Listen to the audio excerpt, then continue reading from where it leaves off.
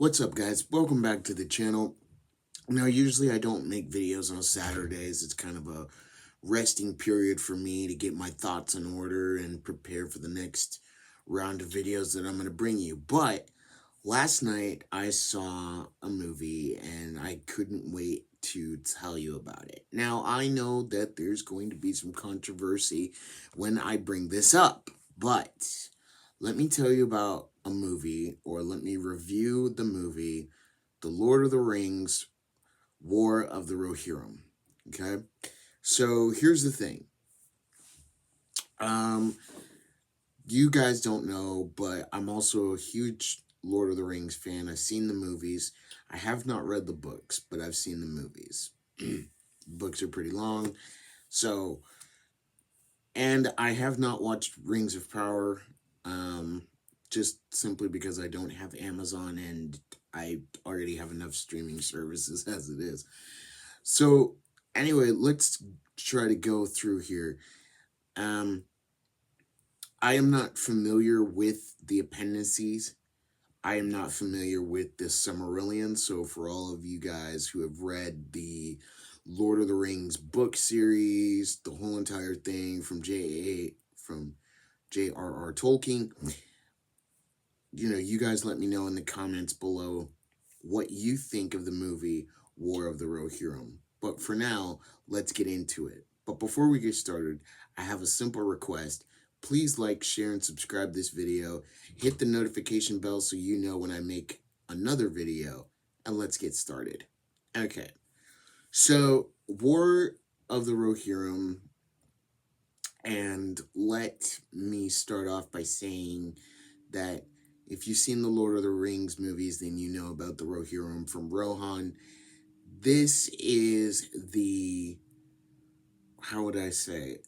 This is the story of, supposedly the story of Helm Hammerhand, okay?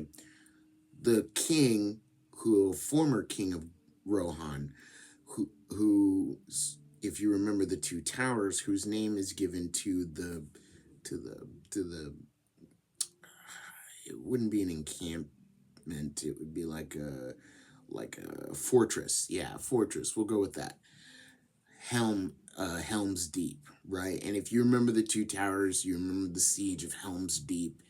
You remember Isengard emptying out, and that whole thing. Okay, so this is preceding that. It's kind of like a little prequel, and I'm gonna say that I like it. Okay, there are some things according to the source material that we, you know, discover and we learn. And for those of you that have read the Lord of the Rings books, the appendices, the Silmarillion, and all that, you will know some of these things. Okay, all this stuff I'm not aware of. Okay, so I'm going into this, I'm not knowing anything, I'm not reading the books. I went into this with an open mind and I liked it. Straight up, I liked it. Now, I've been hearing a lot of talk online that in Tolkien's writings, that Helm Hammerhand's daughter, he did have a daughter, but she was never named. She was never explored. And in this movie, they explored her a little bit more. They flushed her out. They gave her a name. They gave her the name of Hera. And one of the things that I really did enjoy about this movie is there was a narrator.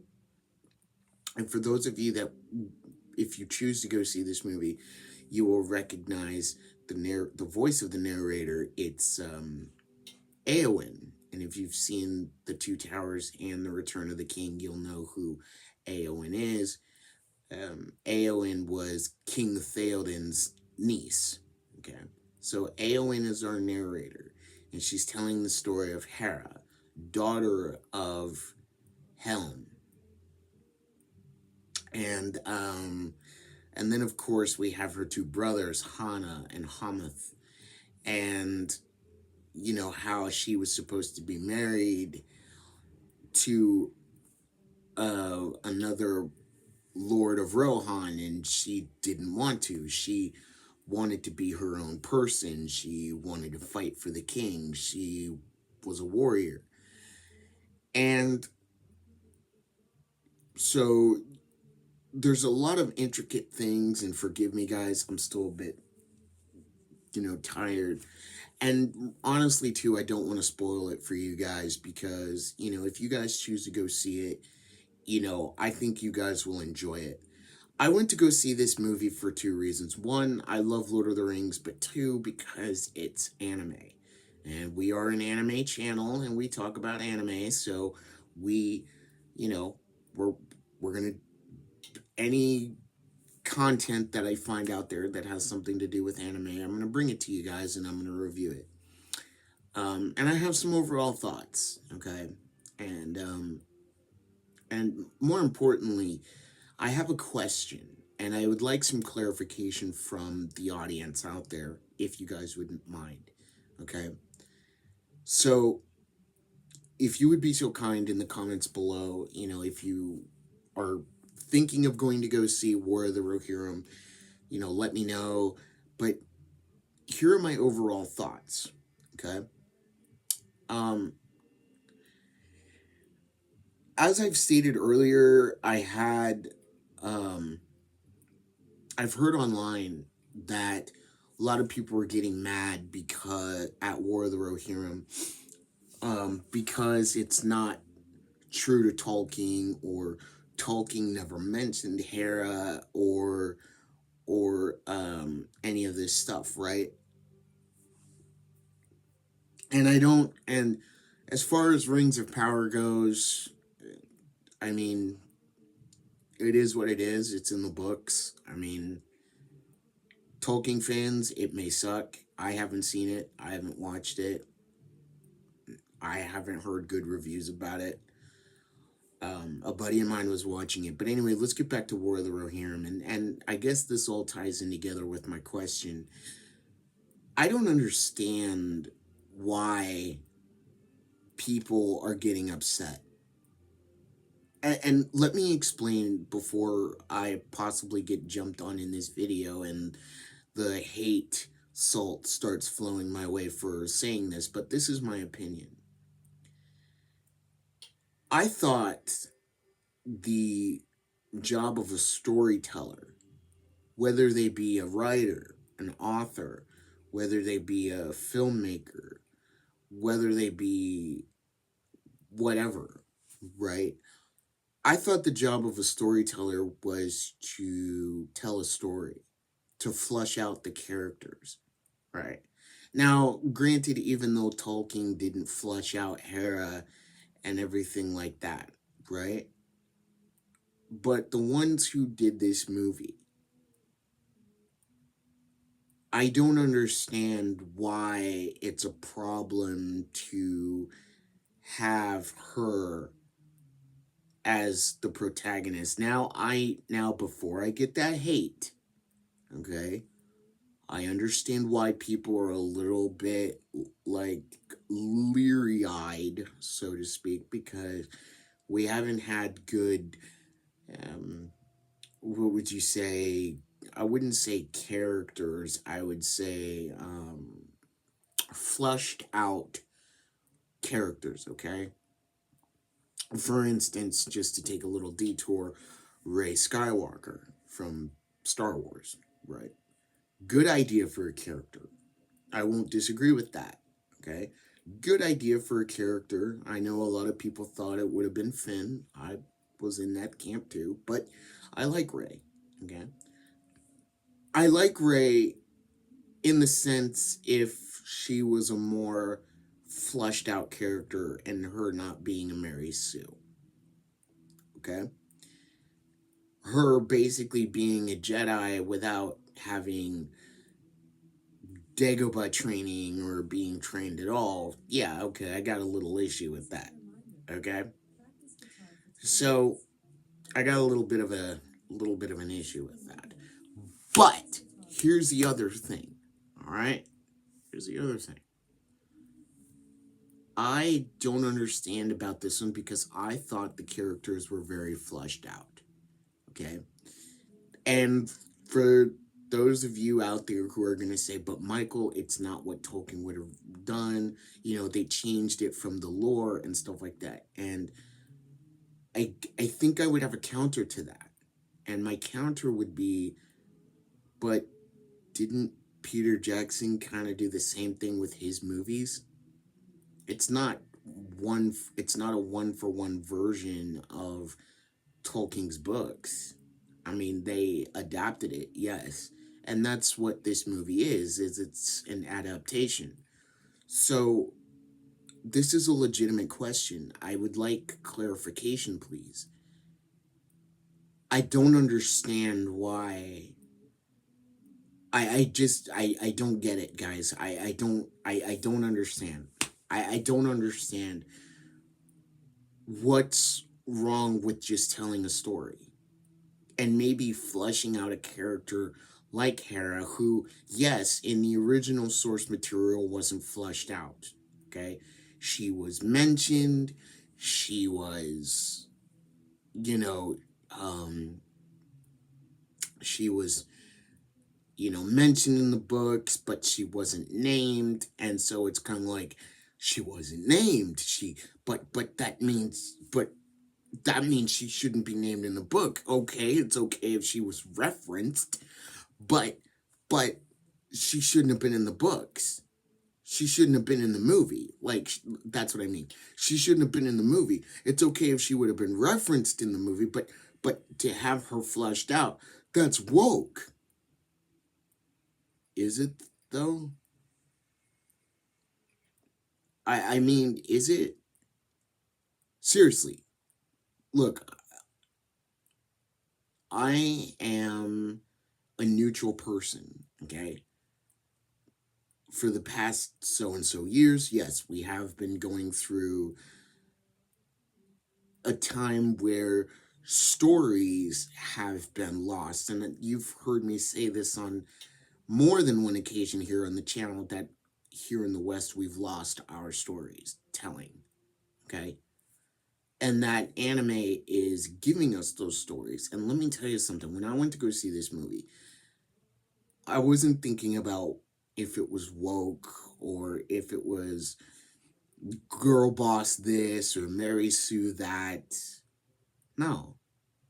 I legit was watching this because one, I love Lord of the Rings, and two, I love anime. That's why I was watching this. And to be honest, I had been looking forward to this. You know why? Because it melded, it brought together two of my favorite fandoms, just like Star Wars Visions did. Star Wars Visions brought together my two favorites. It brought Star Wars and it brought anime. And it brought them together, and it was a beautiful, harmonious marriage. Same thing with this. I love Lord of the Rings. I love anime. And this brought together and made it was harmony. Okay? And let me ask all of you anime fans out there, how many of you, and it doesn't have to be an isekai, but how many of you have seen fantasy like Lord of the Rings, but put in anime form, right? In fact, there's one that I can think of off the top of my head. It's called The Sacred Blacksmith, okay? Kind of fantasy, right? Magic is involved. You've got elves, you've got swords, you've got the whole nine. And it's anime. And it's fantasy. So, why is this different? Is it different because it's Tolkien? Because they are adapting Tolkien's work? Or trying to? Literally help me out, because I'm at a loss here. Like, I don't understand. What is quote unquote woke about Lord of the Rings War of the Rohirrim? What is it? Because I saw a story. In fact, there is another movie that I can actually compare this to. And back when this movie came out, I didn't hear anything. I didn't hear anything about it being a problem. You know what it was called? Now, mind you, in the box office, and I don't do box office stuff here on this channel. I don't know how it did, but there was a movie that Disney did, Disney Pixar. It was called Brave. Main protagonist, Merida. She's a princess, yes, but she would prefer to be a warrior. And when that came out, I didn't hear anything. Didn't hear one thing. In fact, I went to go see Brave, and I thought it was pretty cool. I'm not going to say it's one of my favorite Disney Pixar movies, but it was still right up there. Look, I'm sorry if I'm rambling, guys, but I just felt like I needed to get this off my chest because I don't understand. I legit don't understand. I'm 34 years old and I feel like a kid because I don't understand why this particular movie is woke. Now, if it was a bad story, if it was a bad movie, if there was something they missed, okay, I can understand that. But from where I'm sitting, where I was sitting last night, I thought it was a good movie. And you know, some of the things in the movie, they took inspirations from the Two Towers, not just the books, but the movies as well. Okay. So I want to know in the comments below, guys, what is the issue with Lord of the Rings, War of the Rohirrim? Okay. If you've seen it, let me know. If you're planning to see it, also let me know. Let me know. If I had to give it a score, I'll give it an 8.5. It was okay. The animation was a little bit rough. You know, I will admit there were times when the story kind of lumbered a little bit. It was a really long movie, and I will say I think as far as runtime goes, my buddy may have a different opinion, but he thinks it could have gone longer. I think it probably should have been shorter, to be honest. But hey, what are you going to do? But I literally want to know, guys, what is the issue with this movie if you have seen it? And if you're planning to see it again, like I said, let me know. I think it was good. I liked it. I enjoyed it. It's anime, and we love anime here on this channel. Anyway, guys, that's enough rambling out of me, and I will see you in the next video. Once again, if you would not mind, please like, share, and subscribe. Hit that notification bell so you know when I make another video. And remember, wherever you are, whatever you're doing, go make it an anime day. And I will see you in the next video. Master the Rohirrim. Bye, guys.